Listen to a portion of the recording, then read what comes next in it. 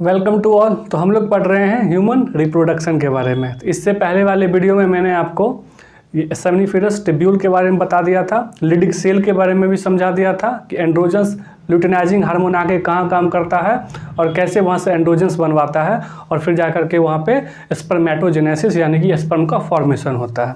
तो एक्चुअली आज की वीडियो में हम लोग समझेंगे कि स्पर्मेटोजेनेसिस किसको बोलते हैं, यानी कि स्पर्म का फॉर्मेशन कैसे होता है, स्पर्म आखिर कैसे बनते हैं।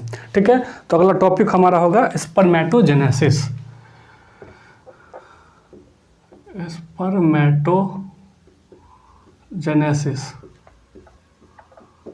स्पर्मेटोजेनेसिस देखिए, स्पर्मेटोजेनेसिस देखिए होता क्या है। जैसे कि स्पर्मेटोगोनिया सेल हम लोगों ने देखा था, ये स्पर्मेटोगोनिया सेल जैसे ही प्यूबर्टी आती है ये अपना नंबर बढ़ाना चालू करता है। तो ये कब होता है? एट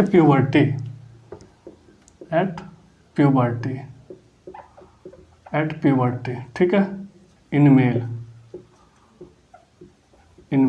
ठीक है, ओके। तो क्या होता है स्पर्मेटोगोनिया सेल के बारे में हम लोगों ने देखा था, सेमिनिफेरस टिब्यूल के अंदर होता है स्पर्मेटोगोनिया सेल। ठीक है, तो स्पर्मेटोगोनिया सेल क्या करता है? अपना नंबर बनाना शुरू करता है। सिंपल माइटोसिस करता है, अपना मल्टीप्लिकेशन करता है, मतलब 1 से 2, 2 से 4, 4 से 8, 8 से 16। तो ये क्या करेगा? स्पर्मेटोगोनिया सेल यहाँ समझते हैं, स्पर्मेटोगोनिया। ठीक है, ये स्पर्मेटोगोनिया सेल क्या करता है? अपना नंबर बढ़ाता है। ठीक है, अपना नंबर बढ़ाया। ये क्या करता है? बेसिकली ये मल्टीप्लिकेशन करता है, माइटोसिस होता है। माइटोसिस में क्या होता है? बेसिकली नंबर अपना बढ़ाता है, 1 से 2, 2 से 4, 4 से 8, जैसे कि मैंने अभी बोला। तो इसको बोलेंगे मल्टीप्लिकेशन फेज।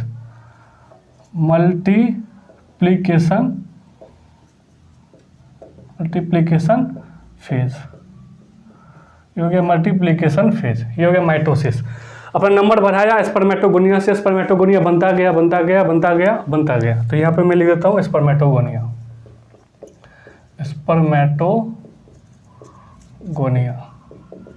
ठीक है, अपना नंबर बनाया। उनमें से कुछ स्पर्मेटोगोनिया सेल जो होते हैं ग्रो कर जाते हैं, मतलब बड़ा हो जाता है।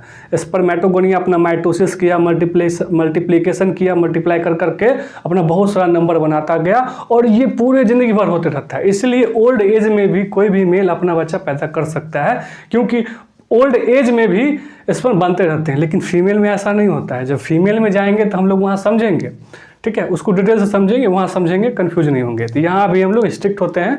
तो स्पर्मेटोजेनेसिस में स्पर्मेटोगोनिया सेल अपना नंबर बढ़ाता है, माइटोसिस करता है, उसको मल्टीप्लिकेशन फेज में बोलते हैं। ठीक है, तो स्पर्मेटोगोनिया बन गया। इसी में से कुछ स्पर्मेटोगोनिया सेल अपना ग्रो कर लेता है। तो ये हो जाता है ग्रो। क्या हो जाता है? ग्रो। ठीक है, ग्रो कर जाते हैं, ग्रोथ हो जाता है। एनसीईआरटी ने इसको डिफरेंशिएशन लिखा है,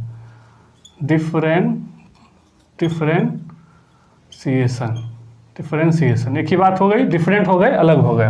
और ये बना लेता है प्राइमरी स्पर्मेटोसाइट।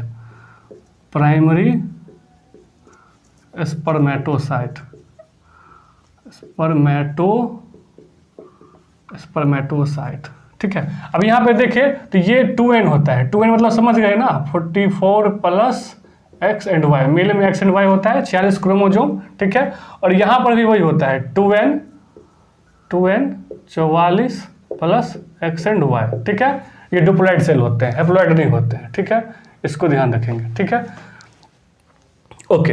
अब ये हो गया, ग्रोथ हो गया, प्राइमरी स्पर्मेटोसाइट बना लिया। ग्रो करके उनमें से कुछ ग्रो कर गए और प्राइमरी स्पर्मेटोसाइट बना लिए। ठीक है, अब यहाँ पे क्या होता है? अब यहाँ पे ना मियोसिस शुरू हो जाता है, मियोसिस 1। ठीक है, तो यहाँ हो जाता है मियोसिस 1। और मियोसिस 1 के अंदर क्या होता है? ये 2 पार्ट में बढ़ जाते हैं, सेकेंडरी स्पर्मेटोसाइट हो जाता है। तो इसको बोलेंगे सेकेंडरी। ये भी क्या होगा? ये भी होगा 2n, मतलब 44 प्लस एक्स वाई। एक ही बात हो गई। ठीक है, ये होते हैं सेकेंडरी स्पर्मेटोसाइट। Secondary spermatocyte. और यहाँ भी होंगे सेकेंडरी स्पर्मेटोसाइट।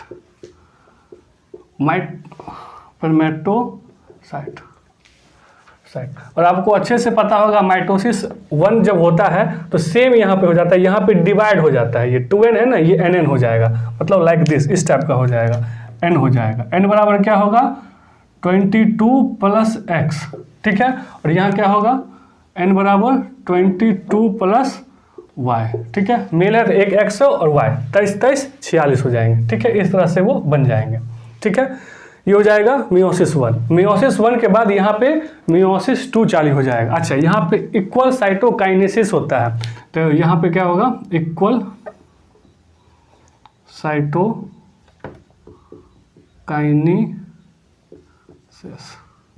साइटोकाइनेसिस, ठीक है। यहाँ पे इक्वल साइटोकाइनेसिस होता है। अब ये सेकेंडरी स्पर्मेटोसाइट फिर ये 2 पार्ट में पड़ जाते हैं लाइक दिस, और यहाँ होता है मियोसिस 2, मियोसिस 2, मियोसिस 2, ये होता है मियोसिस 2।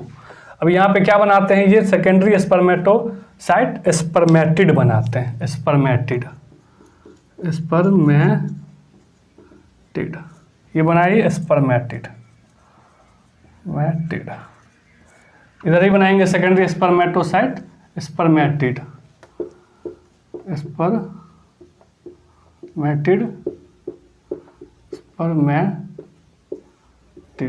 ठीक है। ये बना स्पर्मेटिड स्पर्मेटिड स्पर्मेटिड स्पर्मेटिड। तो क्वेश्चन आएगा सेकेंडरी स्पर्मेटोसाइट क्या बनाता है, 2 स्पर्मेटिड बनाते हैं, लेकिन प्राइमरी स्पर्मेटोसाइट क्या बना रहा है 4, 1 2 3 4, प्राइमरी 2 सेकेंडरी बटा और दोनों सेकेंडरी मियोसिस 2 करके स्पर्मेटिड 4 बनाया। और यहाँ पे पहली बार कहाँ पे हेप्लॉइड सेल बन गया है, ये कहाँ पे सेकेंडरी स्पर्मेटोसाइट में बना है, ठीक है। तो यहाँ भी वही बात हो जाएगी, सेम बात, n बराबर 22 प्लस x, यहाँ भी होगा 22 प्लस x, ठीक है। और यहाँ हो जाएगा n 22 plus y, n 22 plus y, ठीक है। क्रोमोसोम आधा आधा हो जाएगा, हेप्लॉइड सेल हो जाएंगे, स्पर्मेटिड स्पर्मेटिड स्पर्मेटिड स्पर्मेटिड, ठीक है। स्पर्म अभी भी नहीं बना है, ये अभी स्पर्मेटिड पे ही है। जब स्पर्मेटिड से स्पर्म बनता है तो उस प्रोसेस को स्पर्मियोजेनेसिस बोलते हैं। ध्यान समझिएगा, स्पर्मियोजेनेसिस किसको बोलते हैं, यह है स्पर्मेटोजेनेसिस, स्पर्म का फॉर्मेशन हो रहा है। एक्चुअली स्पर्मियोजेनेसिस जो होता है ना, वो स्पर्मेटोजेनेसिस का ही इनफैक्ट अगर बोले तो पार्ट हो गया। तो ये स्पर्मेटिड क्या बनाता है, स्पर्मेटोजोआ या स्पर्म, स्पर्मेटोजोआ या स्पर्म, एक ही बात, क्या बनता है स्पर्मेटोजोआ, स्पर्मेटोजोआ, ठीक है। ये बनाएगा स्पर्मेटोजोआ, ये बनाया हमने स्पर्मेटोजोआ, ठीक है, स्पर्मेटोजोआ। अब स्पर्मेटिड से स्पर्मेटोजोआ बनाना क्या कहलाता है, ये सब के सब क्या कहलाएंगे, ये सब के सब मैं यहाँ लिख देता हूँ बड़े बड़े अक्षरों में, स्पर्मियोजेनेसिस।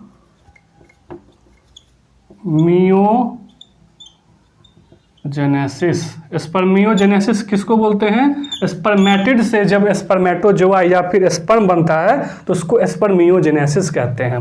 तो what is the definition of spermiogenesis, the definition is spermatid converted into spermatozoa is called spermiogenesis.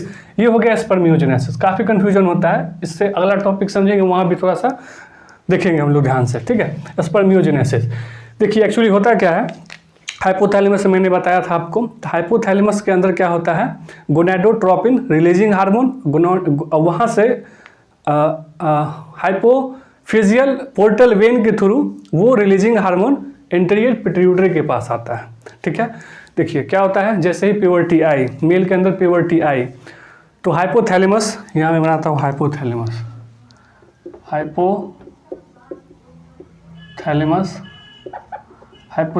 Hypothalamus क्या करता है रिलीज, ये करता है release gonado releasing hormone, gonadotropin releasing hormone, ये रिलीज करता है किसके, हाइपोफिजियल पोर्टल वेन के द्वारा। इसको मैंने बता दिया है, आप जाके पढ़ेंगे केमिकल कोऑर्डिनेशन एंड इंटीग्रेशन, तो वहाँ मैंने इसको बताया है, ठीक है, पिट्यूटरी ग्लैंड में जब बता रहा था। तो हाइपोथैलेमस में से गोनाडोट्रोपिन रिलीजिंग हार्मोन रिलीज होगा किसके द्वारा, पोर्टल वेन के द्वारा, हाइपोफिजियल पोर्टल वेन के द्वारा, और वो कहाँ आ जाएगा, वो आ जाएगा इंटीरियर पिट्यूटरी के पास। तो वो आ जाएगा इंटीरियर पिट्यूटरी, वो इंटीरियर पिट्यूटरी के पास। और इंटीरियर पिट्यूटरी से दो हार्मोन निकलेंगे, एक निकलेगा LH ल्यूटिनाइजिंग हार्मोन और एक निकलेगा FSH फॉलिकल स्टिमुलेटिंग हार्मोन। ठीक है, अब क्या होगा, ये ल्यूटिनाइजिंग हार्मोन क्या करता है, इससे पहले वाली वीडियो में मैंने आपको बताया था, ये ल्यूटिनाइजिंग हार्मोन क्या करेगा, सीधे जाएगा लीडिंग सेल के पास, लीडिंग सेल बोलिए या फिर इंटरस्टेशियल सेल बोलिए, और वहां से क्या बनवाएगा, एंड्रोजन्स बनवाएगा, एंड्रोजन्स। और एंड्रोजन से क्या होगा, स्पर्मेटोजेनेसिस हो जाएगा, स्पर्मेटोजेनेसिस। एनसीईआरटी में बड़े टफ से दिया हुआ है, पूरा लैंग्वेज दिया हुआ है, मैं आपको यहाँ पे फ्लो चार्ट में बता रहा हूँ। ठीक है, तो आपको अच्छे से याद भी होगा, और एग्जाम में अगर क्वेश्चन आता है तो आप इस टाइप से भी इसको लिख सकते हैं। ठीक है, तो इंटीरियर पिट्यूटरी से क्या निकला, ल्यूटिनाइजिंग हार्मोन, गोनाडोट्रोपिन हार्मोन दोनों को कहा जाता है। ठीक है, तो ल्यूटिनाइजिंग हार्मोन वो लीडिंग सेल में पहुंचेगा, एंड्रोजन्स बनवाएगा, जिससे स्पर्मेटोजेनेसिस शुरू हो जाएगी। मतलब ये process, spermatogonia, primary spermatocyte, secondary spermatocyte, spermatid, यहाँ तक ये स्पर्मेटोजेनेसिस बना देता है। ठीक है, अभी FSH भी निकला है। अभी FSH क्या करेगा, ये सीधे जाएगा सेमिनिफ्यूरस ट्यूब्यूल के अंदर, और वहाँ पे सेटोली सेल से मिलेगा।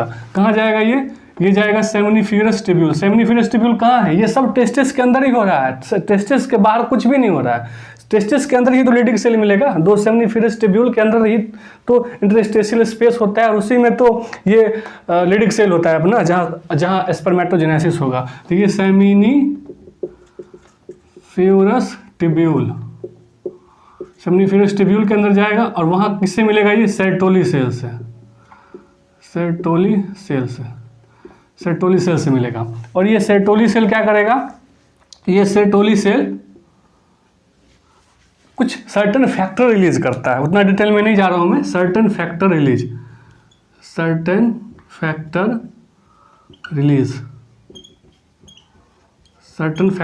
करता है। ठीक है, सर्टेन फैक्टर रिलीज करता है, और जो सर्टेन फैक्टर रिलीज करने के बाद वो क्या करता है, ये स्पर्मियोजेनेसिस करवाता है। मतलब स्पर्मेटिड से स्पर्मेटोजोआ बनवा देता है। कौन बनवाता है, ये सेटोली सेल ही करवाता है। ये करवा कौन रहा है, FSH करवा रहा है। FSH का काम स्पर्मियोजेनेसिस भी करवाना है और टेस्टिस का डेवलपमेंट भी करवाना है, ये मैं आपको पहले ही बता चुका हूँ। ये तो ये क्या करवाता है, ये करवाता है दिस वन, स्पर्मियोजेनेसिस। तो ये कॉन्सेप्ट होता है पूरे टेस्टिस के अंदर का। ठीक होता है, ठीक है, ये हो गया LH और FSH का बात। ठीक है, स्पर्मियोजेनेसिस।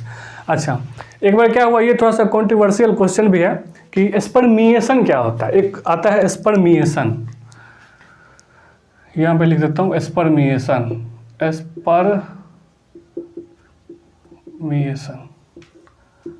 ठीक है, स्पर्मिएशन क्या होता है, what is spermiation.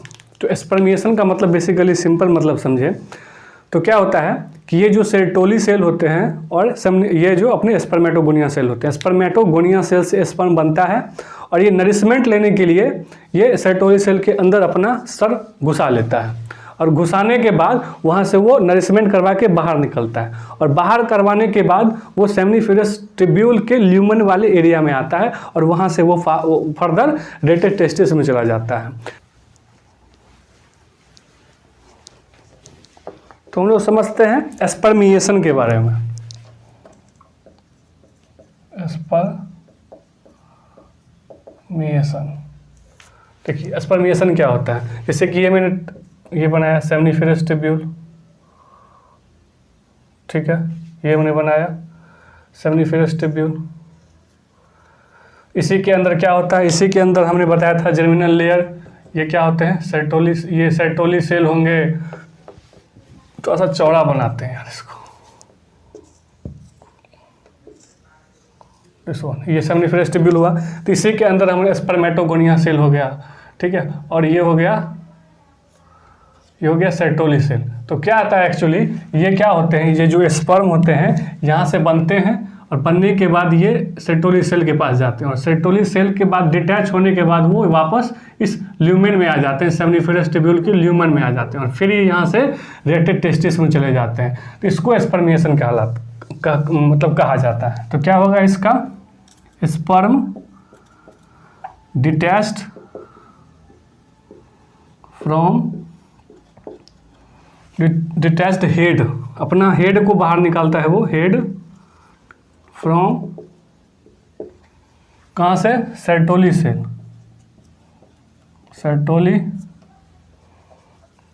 Sertoli cell after getting nourishment and released into lumen मतलब खाली जगह ऑफ किसका, सेमिनिफ्यूरस ट्यूब्यूल का, सेमिनिफ्यूरस ट्यूब्यूल कॉल्ड एस्पर्मेशन। ठीक है, लेकिन एनसीईआरटी में नहीं लिखा हुआ, वो सीधे लिखा हुआ है कि ये बाहर निकल जाता है, सेमनीफ्यूरस ट्यूब्यूल से बाहर निकल जाता है, लेकिन एक्चुअली वो सेमनीफ्यूरस ट्यूब्यूल के इस ल्यूमेन वाले एरिया में आता है, तो उसको स्पर्मिएशन बोलते हैं। ठीक है, ये एक बार PYQ भी आया हुआ है। तो ह्यूमन स्पर्म के बारे में समझते हैं। ये बिल्कुल अपनी तरह होता है, हेड हो गया, नेक हो गया और बॉडी हो गई, लेकिन अपने में टेल नहीं होता है, इसमें टेल होगा। तो इसमें क्या हो गया, इसमें ये हेड बना दिया मैंने, ठीक है, ये नेक,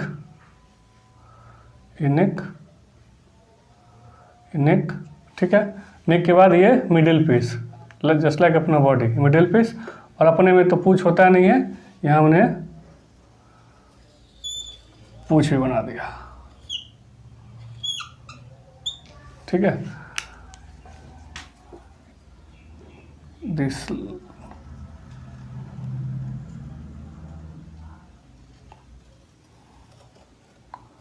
ठीक है, ये हो गया। अब देखिए, कोई भी सेल है तो उसके अंदर सबसे पहले क्या होगा, प्लाज्मा मेम्ब्रेन होगा। तो ये हो जाएगा अपना प्लाज्मा मेम्ब्रेन,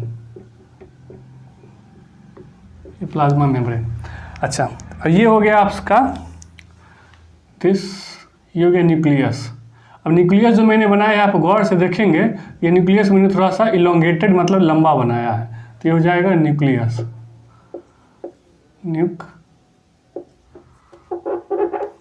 न्यूक्लियस क्या होता है, इलोंगेटेड। इसी में जेनेटिक मटेरियल होता है actually, carry genetic material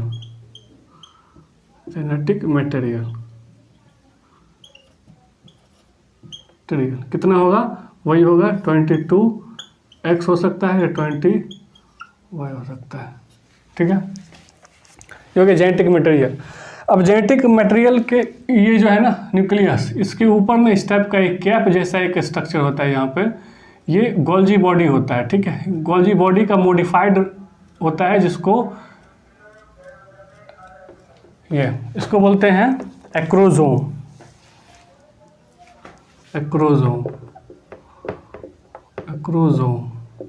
acrosome क्या होता है, nothing but it is a modified of Golgi body, modified of Golgi body. Actually जो स्पर्मेटिड मैंने आपको बताया था ना, तो स्पर्मेटिड के वक्त ही ना जो सिंपल सेल होते हैं उसमें से जितने भी ER होता है वो निकल जाता है, माइटोकॉन्ड्रिया मतलब बहुत ज़्यादा चीज़ नहीं निकलता है उस स्पर्म में ना। बेसिकली एक गोल्जी बॉडी होता है जिसका रूपांतरण ये एक्रोजोम हो जाता है, और एक माइटोकॉन्ड्रिया जो अभी हम लोग समझेंगे। बेसिकली चूँकि इसको ना बहुत दूर तक जाना है, ठीक है, इसको रिप्रोडक्टिव ऑर्गन तक पहुँचना है फीमेल के, इसको फैलोपियन ट्यूब तक जाना है, तो इसका हल्का होना बहुत ज़्यादा जरूरी है। देखते होंगे पहाड़ पर कोई आदमी चढ़ता है तो काफ़ी हल्का चीज़ लेकर के जाता है ताकि वो पहाड़ के ऊपर चढ़ सके। तो इसको सीमन से निकल करके, मेल बॉडी से निकल करके फीमेल के रिप्रोडक्टिव ट्रैक पे जाना है और ऊपर से फैलोपियन ट्यूब तक पहुंचना है। तो पहुंचने के लिए इसको हल्का होना चाहिए। अगर जितने भी ऑर्गेनेल्स होते हैं एक सेल के अंदर, अगर सारे उसमें आ जाएंगे तो ये काफ़ी भारी हो जाएगा। इसलिए इसमें से जो भी ज़रूरत की चीज़ें होती हैं वही सेल के अंदर रह जाता है। Like Golgi body, mitochondria. Mitochondria नहीं रहेगा तो एनर्जी कहाँ से बनेगा। और ये पूछ हो गया, ये पूछ ही तो उसको, टेल्स ही तो इसको आगे लेकर के जाएगा। तो ये सब चीज़ें होती हैं, ठीक है। तो ये मॉडिफाइड ऑफ गोल्जी बॉडी क्या होता है, एग्रोजोम। इसी में क्या होता है बेसिकली, ठीक है, इस बेसिकली क्या होता है, ये लाइसिन एंजाइम निकालता है। लाइसिन एंजाइम सीक्रेट ये लाइसिन एंजाइम ही जो है ना उस ओवम के अंदर जाकर के छेद करता है जिससे वो उसके अंदर जा सकता है। ये लाइसिन एंजाइम ही उसको डाइजेस्ट करता है। ये एग्रोजोम के अंदर ही होता है। तो एग्रोजोम बेसिकली क्या है, ये मॉडिफाइड हो जाता है गोल्जी बॉडी का। इसमें से लाइसिन एंजाइम इसमें से सीक्रेट होता है। ये हो गया। उसके बाद नेक की बात कर लें। तो नेक में ये जो पोर्शन मैंने बनाया है ना, ये होते हैं सेंट्रियोल्स। ये चूंकि हेड के पास है इसलिए हो जाएगा प्रॉक्सिमल सेंट्रियोल्स,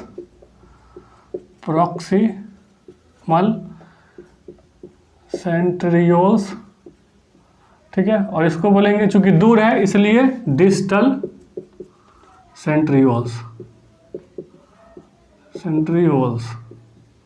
डिस्टल सेंट्रियोल्स और प्रॉक्सिमल सेंट्रियोल्स। प्रॉक्सिमल मतलब पास में है इसलिए प्रॉक्सिमल, और दूर है तो यहाँ पे डिस्टल सेंट्रियोल्स। अब ये हो गया आपका मिडिल पीस। तो ये हो गया एक्चुअली हेड, ये हो गया नेक और ये हो गया मिडिल पीस। तो ये लिख देता हूँ मैं एक हेड।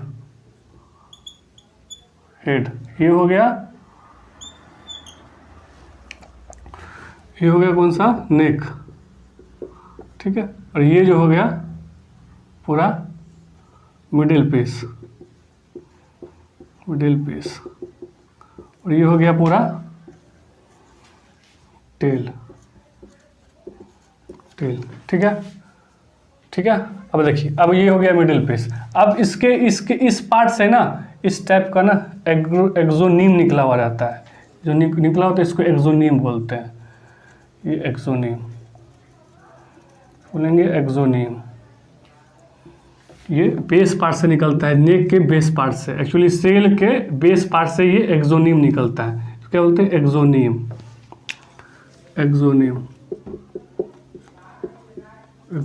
इसी एक्सोनीम के अंदर माइटोकॉन्ड्रिया होता है। और माइटोकॉन्ड्रिया एक साथ नहीं होता है। एक साथ होगा तो थोड़ा सा भारी हो जाएगा ना, इसलिए स्पाइरल में होता है। लाइक दिस स्पाइरल होता है। स्पाइरल में इसलिए ताकि एक साथ अगर माइटोकॉन्ड्रिया साथ में आ जाएगा तो काफ़ी भारी हो जाएगा। अगर भारी हो जाएगा तो ये ज़्यादा दूर तक नहीं जा पाएगा, इसलिए स्पाइरली अरेंज्ड होता है। तो माइटोकॉन्ड्रिया ये हो जाएगा आपका mitochondria.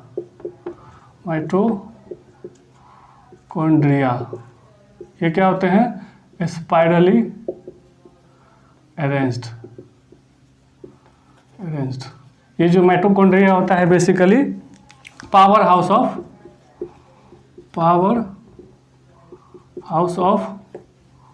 Sperm. Mitochondria power house of sperm होता है। और ये हो जाता है अपना फ्लेजला।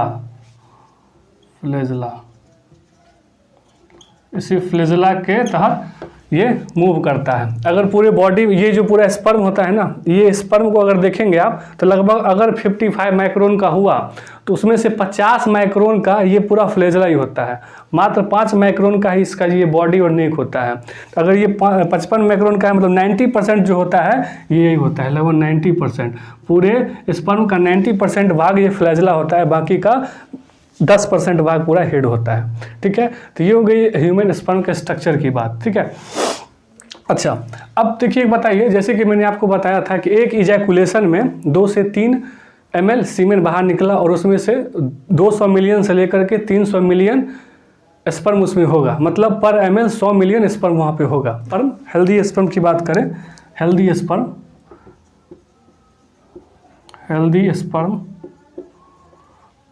स्पर्म की अगर बात करें ना तो इसमें से एक आता है 60% जो है ना वो मतलब दिखने में सही होना चाहिए, जिसके पूछ वूछ होने चाहिए, हेड वुड सब चीज़ होने चाहिए। 60% जो होना चाहिए उसका शेप साइज होना चाहिए, normal shape and size.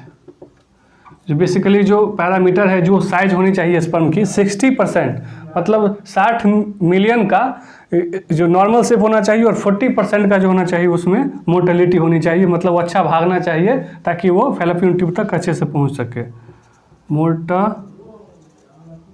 Motility, तो इसको ध्यान रखेंगे तो हेल्दी स्पर्म वही कहलाएगा जिसमें 60% में इसका शेप एंड साइज अच्छा होना चाहिए और 40% का मोटिलिटी अच्छा होना चाहिए, तो उसको बोलते हैं हेल्दी स्पर्म। इसको थोड़ा सा ध्यान रखेंगे, मतलब शेप एंड साइज मतलब दिखने वाला होता है, तो दिखता है, जो दिखता है वो 60% होना चाहिए, ठीक है, और 40% क्या होना चाहिए, मोटिलिटी जिसकी अच्छी होनी चाहिए, ठीक है। तो इससे आगे की वीडियो में हम लोग अगले वीडियो में समझेंगे।